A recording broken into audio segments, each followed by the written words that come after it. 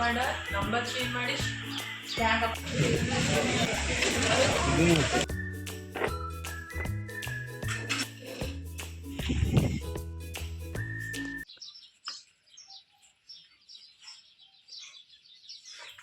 ಓಯ್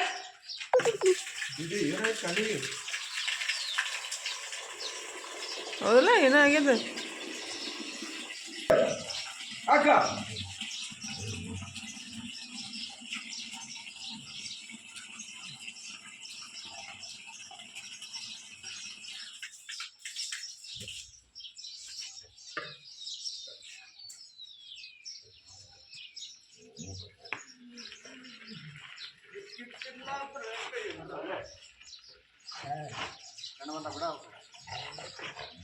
ಹೊಡಿ ಒಲೆ ಚಿನ್ಯಾ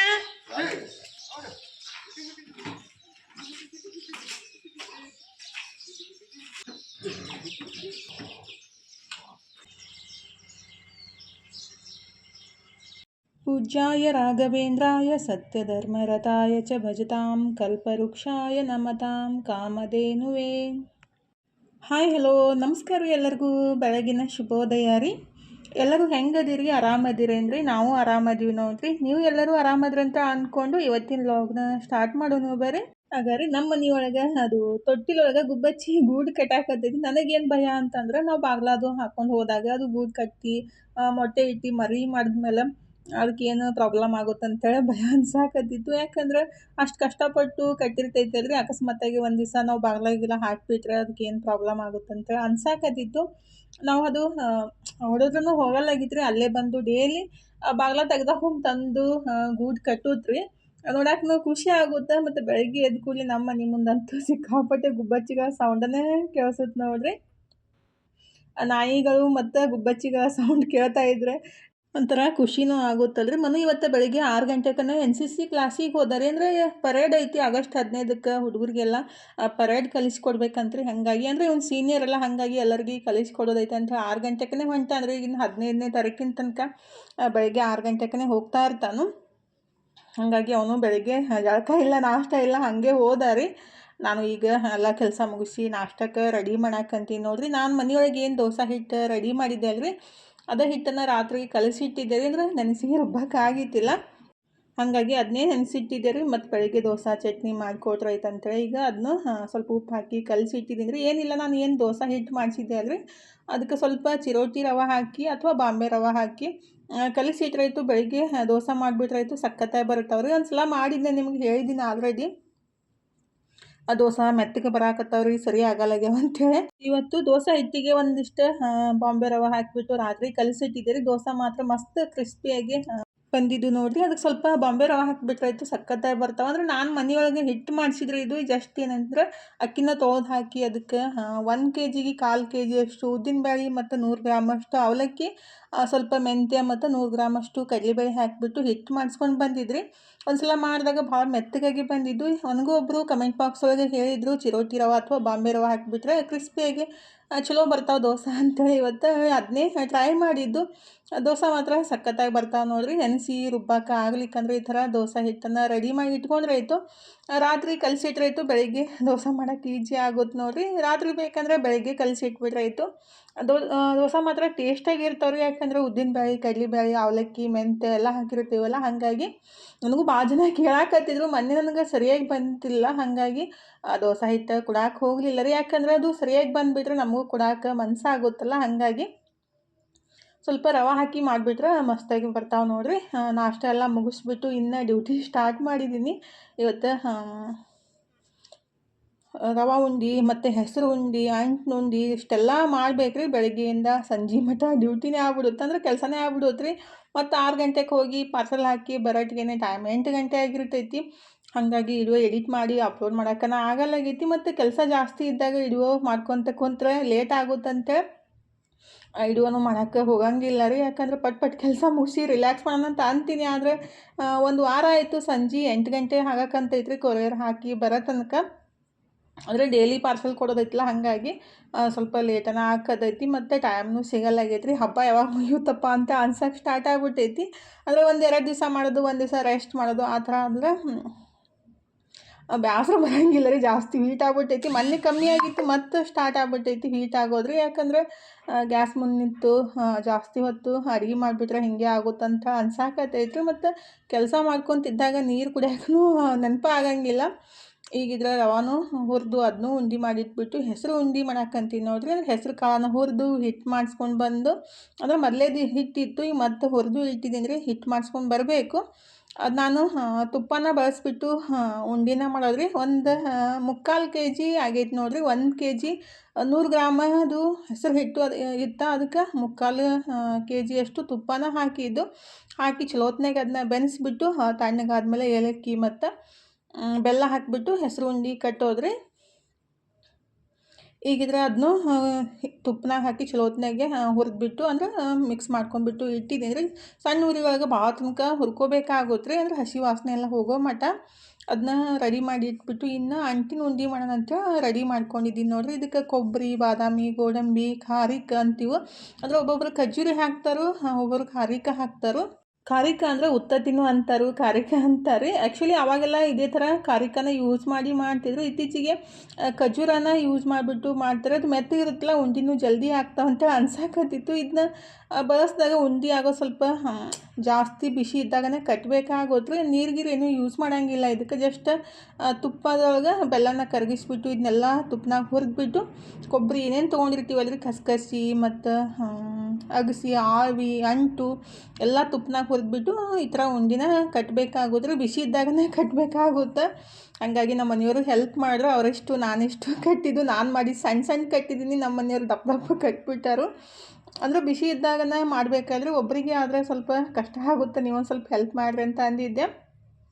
ಫೈನಲಿ ಎಲ್ಲ ಪ್ಯಾಕ್ ಮಾಡಿ ಕೊರಿಯರ್ ಹಾಕಿ ಇಲ್ಲಿ ಸೂಪರ್ ಮಾರ್ಕೆಟ್ಗೆ ಬಂದಿದ್ದೀವಿ ರೀ. ಕರ್ಚಿಕಾಯಿ ಮತ್ತು ನೋಡಾಕಂತಿದ್ದೆ ರೇಟ್ ಎಷ್ಟೈತಿ ಅಂತ ಹೇಳಿದ್ರೆ, ಗ್ರೋಸರಿ ಬೇಕಾಗಿತ್ತು ನನಗೆ.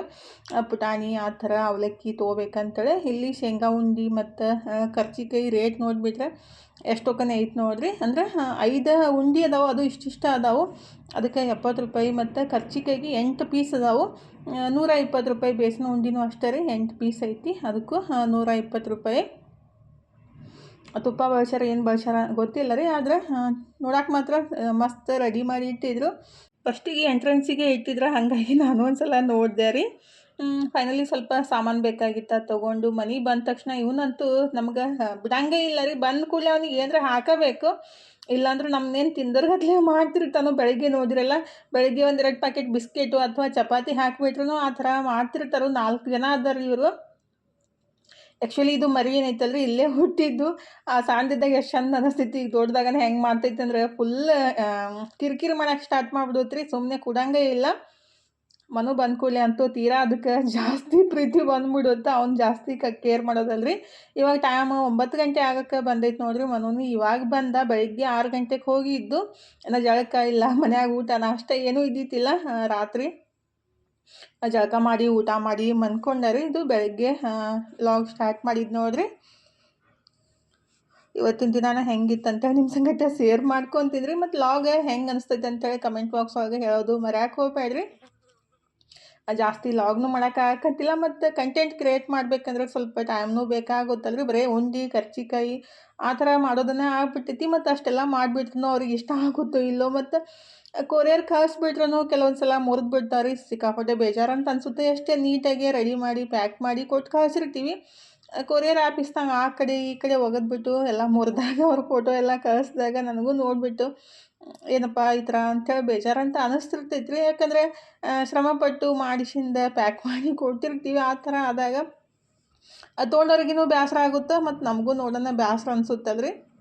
ಈ ಥರ ಕೊರಿಯರ್ ಆಫೀಸ್ನಾಗಂತೂ ಇಷ್ಟು ಬಿಸಾಡಿ ಒಗಿತಾರಂದ್ರೆ ನೋಡಿಬಿಟ್ರೆ ಒಂಥರ ಹೊಟ್ಟೆಗೆಲ್ಲ ಸಂಕಟ ಆಗ್ತಿರ್ತೈತಿ. ಅಂದರೆ ನಮ್ಮ ಮುಂದೆನೇ ಸ್ವಲ್ಪ ಸಾವಕಾಶ ಇದ್ರಿ, ಅದು ಫುಡ್ ಐತೆ ಅಂದ್ರೂ ಹಾಗೆ ನಡೀದರಿ ಅಂತ ಅಂತಿರ್ತಾರೋ. ಏನು ಮಾಡೋಕ್ಕಾಗಂಗಿಲ್ಲ ರೀ. ಕೆಲವೊಂದು ಸಲ ಆಗ್ತಿರ್ತೈತಿ, ಕೆಲವೊಬ್ರದ್ದು ಜಾಸ್ತಿ ಮುರಿದಿರ್ತಾವೆ, ಕೆಲವೊಬ್ರಿಗೆ ಅಂದ್ರೆ ಕೆಲವೊಬ್ರದ್ದು ಏನೂ ಆಗಿರಲ್ಲ ರೀ. ಒಂದೊಂದು ಸಲ ಲೇಟಾಗಿ ಹೋಗಿ ಏನು ರೀಚ್ ಆಗ್ತಿದ್ದಿಲ್ಲ, ಅವಂತೂ ಜಾಸ್ತಿನೇ ಮುರಿತಾವೆ ನೋಡಿರಿ. ಇವತ್ತು ಹಾಗೆ ಆಗಿತ್ತು. ಮೊನ್ನೆ ಶನಿವಾರ ಕಳಿಸಿದ್ದು, ಇವತ್ತು ಗುರುವಾರ, ಇವತ್ತು ಹೋಗಿ ರೀಚ್ ಆಗೈತಿ. ಅಂದ್ರೆ 6-7 ದಿವಸ ಆಯಿತು. ಮತ್ತು ಅದು ಎಲ್ಲ ಪ್ಯಾಕ್ ಮಾಡಿ ಇಟ್ಟಿರ್ತೀವಲ್ಲ, ಹಾಗಾಗಿ ಹಾಳಾಗ್ತಾವನೋ ಅಂತೂ ಟೆನ್ಷನ್ನೂ ಇರ್ತಾವಲ್ರಿ. ಇದು ಅಮಾವಾಸ್ಯೆ ಅಲ್ರಿ ಇವತ್ತು, ಹಾಗಾಗಿ ಫಸ್ಟಿಗೆಲ್ಲ ಕೆಲಸ ಮುಗಿಸ್ಬಿಟ್ಟು ಪೂಜೆ ಮಾಡಾಕಂತೀನಿ ನೋಡ್ರಿ. ಬಾಗಿಲು ಪೂಜೆ ಮತ್ತು ದೇವ್ರ ಪೂಜೆ ಎಲ್ಲ ಮುಗಿಸ್ಬಿಡ್ಬೇಕು. ಆ್ಯಕ್ಚುಲಿ ಟೈಮ್ 7:30 ಆಗಿ ಹೋಗಿತ್ತು ರೀ. ಬಿಸಿಲು ಇವತ್ತು ಸ್ವಲ್ಪ ಬಿದ್ದಿತ್ತು, ಹಿಂಗೆ ಬಿಸಿಲು ಬರುತ್ತೆ ಮತ್ತು ಹೋಗ್ಬಿಡುತ್ತೆ. ಮೆಣಸಿನ್ಕಾಯಿ ಅಂತೂ ಒಣಗಿಸಿ ಸಾಕಾಗ್ಬಿಟ್ಟೈತಿ. ಯಾಕಂದ್ರೆ ಖಾರ ಮಾಡಿಸ್ಬೇಕಾಗೈತಿ, ಆದ್ರೆ ಮೆಣಸಿನ್ಕಾಯಿನೇ ಒಣಗಲ್ಲಾಗ್ಯಾವ ನೋಡ್ರಿ. ಬಾಗಿಲು ಪೂಜೆನೂ ಮಾಡಿಬಿಟ್ಟು ನೈವೇದ್ಯಕ್ಕೆ ರೆಡಿ ಮಾಡ್ಕೊಳಕಂತೀನಿ ನೋಡ್ರಿ. ಇವತ್ತು ನೈವೇದ್ಯಕ್ಕೆ ಏನೈತಿಲ್ಲ, ಹೆಸರು ಬೇಳೆ ಮತ್ತು ಶಾವಿಗೆನ ಮಿಕ್ಸ್ ಮಾಡಿಬಿಟ್ಟು ಪಾಯಸ ಮಾಡಾಕಂತೀನಿ ನೋಡ್ರಿ. ಟೇಸ್ಟ್ ಆಗಿರುತ್ತೆ. ನಾನು ಭಾಳ ಸಲ ಫಸ್ಟೆಲ್ಲ ಟ್ರೈ ಮಾಡಿದ್ದೀನಿ. ಅದಕ್ಕೆ ಸ್ವಲ್ಪ ಹೆಸರು ಬೇಳೆ ಶಾವಿಗೆನ ತುಪ್ಪನಾಗ ಹುರಿದು ಒಂದು 3 ವಿಷಲ್ ಕೂಗಿಸಿ ಎಷ್ಟು ಬೇಕಷ್ಟು ಬೆಲ್ಲ, ಏಲಕ್ಕಿ ಪುಡಿ, ಜಾಯಿಕಾಯಿ ಮತ್ತು ಸ್ವಲ್ಪ ಶುಂಠಿ ಪುಡಿ ಹಾಕಿ ಚಲೋತ್ನಾಗ ಮಿಕ್ಸ್ ಮಾಡಿ, ನಮಗೆ ಬೇಕಾಗಿದ್ದ ಡ್ರೈ ಫ್ರೂಟ್ಸನ್ನ ತುಪ್ಪನಾಗ ಹುರಿದ್ಬಿಟ್ಟು ಸ್ವಲ್ಪ ಕಸಕಸಿನೂ ಹಾಕಬೇಕ್ರಿ. ಹಾಕಿ ಹುರಿದು ಅದಕ್ಕೆ ಮಿಕ್ಸ್ ಮಾಡಿಬಿಟ್ರೆ ಹೆಸರು ಬೇಳೆ ಪಾಯಸ ಅಥವಾ ಹೆಸರು ಬೇಳೆ ಶಾವಿಗೆ ಪಾಯಸ ರೆಡಿ ಆಗುತ್ತೆ ನೋಡ್ರಿ. ಹಂಗನೂ ತಿನ್ಬೋದು, ಇಲ್ಲಕ್ಕೆ ಬೇಕಂದ್ರೆ ಇದಕ್ಕೆ ಕಾಯಿ ಹಾಲು ಮತ್ತು ನಾರ್ಮಲ್ ಹಾಲು ಹಾಕಿಬಿಟ್ಟು ತಿನ್ಬೋದು ನೋಡ್ರಿ.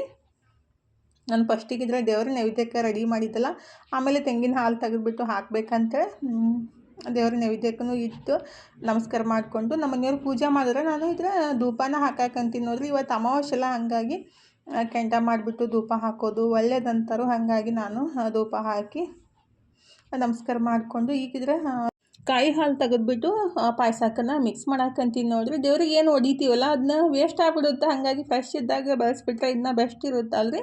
ಅದನ್ನ ಕೊಬ್ಬರಿ ಎಲ್ಲ ತೆಗೆದು ಕಟ್ ಮಾಡಿ ಮಿಕ್ಸಿಗೆ ಹಾಕಿ ನೀರು ಹಾಕಿ ರುಬ್ಕೊಂಬಿಟ್ಟು ಈ ಥರ ಹಾಲು ತೆಗೆದು ಯಾವುದೇ ಪಾಯಸಕ್ಕೆ ಹಾಕಿಬಿಟ್ರೆ ಟೇಸ್ಟ್ ಮಾತ್ರ ಸಖತ್ತಾಗಿರೋದ್ರಿ. ಅಂದ್ರೆ ನಾರ್ಮಲ್ ಹಾಲ್ಗಿಂತ ಈ ಥರ ತೆಂಗಿನ ಹಾಲು ಬಳಸೋದು ಇನ್ನಷ್ಟು ಟೇಸ್ಟಾಗಿರೋದ್ರಿ.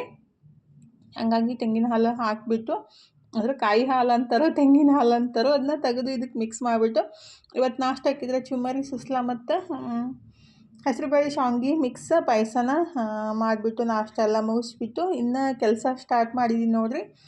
ತಂಬಿಟ್ಟು ಮತ್ತು ಎಳ್ಳಿನ ಚಿಗಳಿ ಉಂಡೆ ಫಸ್ಟ್ ಟೈಮ್ ಮಾಡಿದ್ದು ನಾನು ತಂಬಿಟ್ಟು ಮತ್ತು ಎಳ್ಳಿನ ಉಂಡೆ ರೀ. ಅಂದರೆ ಬರೀ ಎಳ್ಳನ್ನು ಹುರಿದು ಅದಕ್ಕೆ ಸ್ವಲ್ಪ ಕಪ್ಪೆಳ್ಳು ಅಥವಾ ಬಿಳಿ ಎಳ್ಳನ್ನು ಹಾಕಿಬಿಟ್ಟು ಮಾಡ್ತಾರೋ. ನಾನು ಯೂಟ್ಯೂಬ್ದಾಗ ಸರ್ಚ್ ಮಾಡಿಬಿಟ್ಟು ನೋಡಿ ಒಂದಲ್ಲ 4 ವಿಡಿಯೋಸನ್ನು ನೋಡಿಬಿಟ್ಟು ಟ್ರೈ ಮಾಡಿದ್ದು. ಅಂದರೆ ತಂಬಿಟ್ಟು ಪುಟಾಣಿ ಹಿಟ್ಟಿನ ಉಂಡೆ ನಾವು ಜಾಸ್ತಿ ಮಾಡೋಂಗಿಲ್ಲ ರೀ. ಬೇಸನ ಉಂಡೆ, ರವದ ಉಂಡೆ ಆ ಥರನೇ ಯಾವಾಗಲೂ ಮಾಡೋದು. ನಾವೆಲ್ಲ ಸಣ್ಣವರಿದ್ದಾಗ ನಮ್ಮ ಅಜ್ಜಿ ಅದು ಅಕ್ಕಿ ಹಿಟ್ಟಿನ ಉಂಡೆ, ಕಡಲೆ ಹಿಟ್ಟಿನ ಉಂಡೆ ಆ ಥರ ಎಲ್ಲ ಮಾಡ್ತಿದ್ರು. ಮತ್ತು ಅರಳಿ ಹಿಟ್ಟಿನ ಉಂಡೆ ಅಂತಲೂ ಮಾಡ್ತಿದ್ರು. ಅಂದರೆ ಅಳ್ಳನ್ನು ಹುರಿದಾದ್ಮೇಲೆ ಅದನ್ನು ಹಿಂದೇನು ಸ್ವಲ್ಪ ಸಣ್ಣ ಹಳ್ಳಿ ಇರ್ತಾವಲ್ಲ, ಅವು ತಿನ್ನೋಕ್ಕಾಗಲ್ಲ ಅಂತ ಅದನ್ನ ಕುಟ್ಟಿ ಪುಡಿ ಮಾಡಿ ಅದಕ್ಕೆಲ್ಲ ಬೆಲ್ಲ ಹಾಕಿ ಮಾಡ್ತಿದ್ರು. ಇವಾಗೆಲ್ಲ ನಾವು ಸ್ವಲ್ಪ ಬೇರೆ ಥರನೇ ಉಂಡಿರಿ. ಅವಾಗೆಲ್ಲ ಈ ಥರ ಉಂಡೆ ಎಲ್ಲ ಮಾಡ್ತಿದ್ದಿಲ್ಲ. ತಂಬಿಟ್ಟು ಹಳ್ಳಿ ಹಿಟ್ಟಿನ ಉಂಡೆ ಆ ಥರ ಎಲ್ಲ ಮಾಡ್ತಿದ್ರು. ಇವತ್ತು ನಾನು ಫಸ್ಟ್ ಟೈಮ್ ಟ್ರೈ ಮಾಡಿದ್ರಿ. ಅಂದರೆ ಪುಟಾಣಿ ಹಿಟ್ಟಿನ ಉಂಡೆ ರೀ. ಈಗಿದ್ರೆ ಅವನು 2 ರೆಡಿ ಮಾಡಿಬಿಟ್ಟು ಎಳ್ಳಿನ ಚಿಗಳಿ ಅಂತಾರೋ ಎಳ್ಳಿನ ಉಂಡೆ ಅಂತಾರೆ. ಅದನ್ನ ಕಪ್ಪು ಎಳ್ಳನ್ನು ಬಳಸ್ಬಿಟ್ಟು ಮಾಡ್ತಾರೆ, ಇಲ್ಲಾಂದ್ರೆ ಕಪ್ಪು ಮತ್ತು ಬಿಳಿ ಎಳ್ಳನ್ನು 2 ಮಿಕ್ಸ್ ಮಾಡಿಬಿಟ್ಟು ಮಾಡ್ತಾರೋ. ನಾನು ಯೂಟ್ಯೂಬ್ನ ಸರ್ಚ್ ಮಾಡಿಬಿಟ್ಟು ರೆಡಿ ಮಾಡಿದ್ದು. ಅದನ್ನೂ 2 ರೆಡಿ ಮಾಡಿಬಿಟ್ಟು ಈಗಿದ್ರೆ ಶಂಕರಪಾಳೆ ಮಾಡಕ್ಕಂತೀನಿ ನೋಡ್ರಿ. ಖಾರದ ಶಂಕರಪಾಳೆ ಮತ್ತು ಸ್ವೀಟ್ ಶಂಕರಪಾಳೆನ ಮಾಡಬೇಕು. ಫಸ್ಟಿಗಿದ್ರೆ ಸ್ವೀಟ್ ರೆಡಿ ಮಾಡಿ ಆಮೇಲೆ ಖಾರದ್ದು ಮಾಡ್ಬೇಕಂತ ಹೇಳ್ರಿ. ಯಾಕಂದರೆ ಖಾರದ್ದು ಮಾಡಿಬಿಟ್ರೆ ಖಾರ ಬಿಟ್ಟು ಮತ್ತೆ ಸ್ವೀಟ್ ಮಾಡೋಕ್ಕಾಗಂಗಿಲ್ಲ. ಅದಕ್ಕಾಗಿ ಫಸ್ಟಿಗೆ ಸ್ವೀಟ್ ಶಂಕರಪಾಳೆನ ರೆಡಿ ಮಾಡಿ ಆಮೇಲೆ ಖಾರದ ಶಂಕರಪಾಳೆ ರೆಡಿ ಮಾಡ್ಬೇಕಂತ ಹೇಳ್ರಿ. ಎಲ್ಲನ ಈ ಥರ ದಿಪ್ಪಗೆ ಚಪಾತಿ ಮಾಡಿಕೊಂಡು ಸಣ್ಣ ಪೀಸ್ ಮಾಡಿ ಅದನ್ನ ಡೀಪ್ ಫ್ರೈ ಮಾಡೋದ್ರಿ. ಚಲೋ ಇರ್ತಾವೆ. ಆದರೆ ಭಾಳ ಕ್ರಿಸ್ಪಿಯಾಗಿ ಕುರುಮ್ ಸಣ್ಣ ಮಕ್ಕಳಿಗೆಲ್ಲ ತಿನ್ನೋಕೆ ಚಲೋ ಅನಿಸ್ತದೆ ನೋಡ್ರಿ. ನನಗದು ಇದೆಲ್ಲ ಮಾಡಿ ನೋಡಿಬಿಟ್ಟು ತಿನ್ನೋ ಮನ್ಸನ್ನೇ ಹೋಗ್ಬಿಟ್ಟೈತಿ. ಅದ್ರ ಸ್ಮೆಲ್ಲಿಗೆ ಹೊಟ್ಟೆ ತುಂಬ್ದಂಗೆ ಆಗ್ಬಿಟ್ಟು ಅಲ್ಲಂತ ಅನ್ಸೋಕೆ ಸ್ಟಾರ್ಟ್ ಆಗುತ್ತೆ ನೋಡ್ರಿ. ಮತ್ತು ಇವನ್ನ ಡೀಪ್ ಫ್ರೈ ಮಾಡೋಕ್ಕೆ ಸ್ವಲ್ಪ ಜಾಸ್ತಿ ಟೈಮ್ನೂ ಬೇಕಾಗುತ್ತೆ. ಒಬ್ಬರೇ ಎಲ್ಲ ಮಾಡೋದ್ರಿಂದ ಸ್ವಲ್ಪ ಟೆನ್ಷನ್ನೂ ಜಾಸ್ತಿ ಇರುತ್ತೆ. ಯಾಕಂದರೆ ನಾವು ಎಷ್ಟೇ ಎಫೆಕ್ಟ್ ಹಾಕಿ ಮಾಡಿರ್ತೀವಿ, ಆದರೆ ಅವ್ರಿಗೆ ಇಷ್ಟ ಆಗುತ್ತೆ ಇಲ್ಲೋ ಅನ್ನೋದು ಒಂದು ಮನಸ್ಸಿನೊಳಗೆ ಏನೋ ಆತಂಕನೂ ಇದ್ದೇ ಇರುತ್ತಲ್ರಿ. ನನಗಂತೂ ಹಾಗೆ ಆಗ್ತಿರ್ತೈತಿ. ಏನೇ ಮಾಡಿದಾಗೊಮ್ಮ ಇಷ್ಟ ಆಗುತ್ತೆ ಇಲ್ಲಪ್ಪ ಏನಂತಾರನೋ ಅಂಥೇಳಿ ಆ ಭಯ ಒಂದು ಸ್ವಲ್ಪ ಕಾಡ್ತಿರ್ತೈತಿ ನೋಡ್ರಿ. ಅದಕ್ಕೆ ಅಡುಗೆ ಮಾಡೋದೇನೈತಿಲ್ಲ ಭಾಳ ಜವಾಬ್ದಾರಿಯಿಂದ ಎಷ್ಟೇ ನಾವು ವಿಚಾರ ಮಾಡಿಬಿಟ್ರೂ ಕೆಲವೊಂದು ಸಲ ಮಿಸ್ಟೇಕ್ಗಳಾದಾಗ ಮತ್ತು ಅವ್ರ ಕಡೆಯಿಂದ ಬೈಸ್ಕೊನೂ ಬೇಕಾಗುತ್ತೆ. ಯಾಕಂದರೆ ಮಾಡೋ ಮುಂದಾಗ ಸ್ವಲ್ಪ ಹೆಚ್ಚು ಕಡಿಮೆ ಆಗ್ಬಿಟ್ರು ಅವ್ರಿಗೆ ಇಷ್ಟ ಆಗ್ಲಿಕ್ಕಂದ್ರೆ ಏನು ಸರಿ ಮಾಡಿಲ್ರಿ ಅಂತೇಳಿ ಅನ್ನೋಕೆ ಸ್ಟಾರ್ಟ್ ಮಾಡಿಬಿಡ್ತಾರೆ. ಹಾಗಾಗಿ ಭಾಳ ವಿಚಾರ ಮಾಡಿ ಮಾಡಬೇಕಾಗುತ್ತಾ. ಫೈನಲಿ ಎಲ್ಲ ಪ್ಯಾಕ್ ಮಾಡಿ ಕೊರಿಯರ್ಗೆ ಹಾಕಿ ಇವತ್ತು ಅಮಾವಾಸ್ಯೆ ಇತ್ತಲ್ರಿ, ಹಾಗಾಗಿ ಸಿದ್ದೇಶ್ವರ ಗುಡಿಗೂ ನಮಸ್ಕಾರ ಮಾಡಿಬಿಟ್ಟು ಹೋದ್ರಾಯ್ತಂತ ರೀ. ಅಂದರೆ ಇಲ್ಲೇ ಕೊರಿಯರ್ ಆಫೀಸ್ ಇತ್ತಲ್ಲ ಸಮೀಪ, ಹಂಗೆ ಹೊಂಟಿದ್ವಿ. ಹಾಗಾಗಿ ಇಲ್ಲಿ ನಮಸ್ಕಾರ ಮಾಡಿ ಹೋಗೋಣ ಅಂತ ನಮ್ಮ ಮನೆಯವ್ರು ಅಂದರು, ಹಾಗಾಗಿ ಬಂದೀವಿ ನೋಡ್ರಿ. ಇಲ್ಲಿ ನಮಸ್ಕಾರ ಮಾಡಿಬಿಟ್ಟು ಸ್ವಲ್ಪ ಹೊತ್ತು ಕುಂತು ಹೋಗ್ಬಿಟ್ರೆ ಮನ್ಸಿಗೆ ರಿಲ್ಯಾಕ್ಸ್ ಆಗುತ್ತೆ ರೀ. ಯಾವುದೇ ದೇವಸ್ಥಾನಕ್ಕೆ ಹೋಗಲಿ ಒಂಥರ ಮನಸ್ಸಿಗೆ ನೆಮ್ಮದಿ ಅಂತ ಅನ್ಸುತ್ತೆ ರೀ. ಮನ್ಯಾಗಿದ್ದಾಗ ಆ ಜಂಜಾಟ ಈ ಜಂಜಾಟ ಫುಲ್ ಕೆಲಸ ಮಾಡಬೇಕು ಅನ್ನೋದು ಆ ಥರ ಎಲ್ಲ ಇರುತ್ತಲ್ರಿ. ಹಾಗಾಗಿ ಇವತ್ತಿನ ಲಾಗ್ ಇಲ್ಲೇ ಮುಗಿಸೋಣ್ರಿ. ಥ್ಯಾಂಕ್ ಯು ಫಾರ್ ವಾಚಿಂಗ್ ರೀ. ಬಾಯ್ ರೀ.